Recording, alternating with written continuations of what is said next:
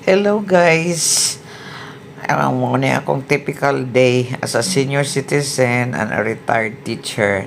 Mao ni ako ang work karon. So mag-start ta sa akong day sa pag-init og tubig, ibutang sa termos para whole day na natay ininit. Di na sab sige init kala sa kuryente mahal. Then hugas og plato, manghugas na punta, limpyuhan atong lababo.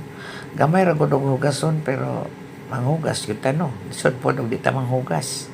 Mao na siya. Pagkahuman ana, maglimpyo pa ta sa tong kusina. Tong limpyuhan na pilon na to ng mga lababo para mawala ng mga kuan diha. Then, kung makamata ng akong baby boy, bisag unsa pa akong trabaho, mahunong sa ta. Kay magpapalangga pa man, magpakarga, mag-storytelling alay. Mana siya, a 3-year-old grandson. Wala man gud iyang mami diri na sa Dubai. Then after that, magdilig, palibot, init kayo ang Jinsan. So kinahanglan diligan ang mga tanong, pati lupa gani diligan. Kay init kayo. Ang singaw. Niya, mao na siya.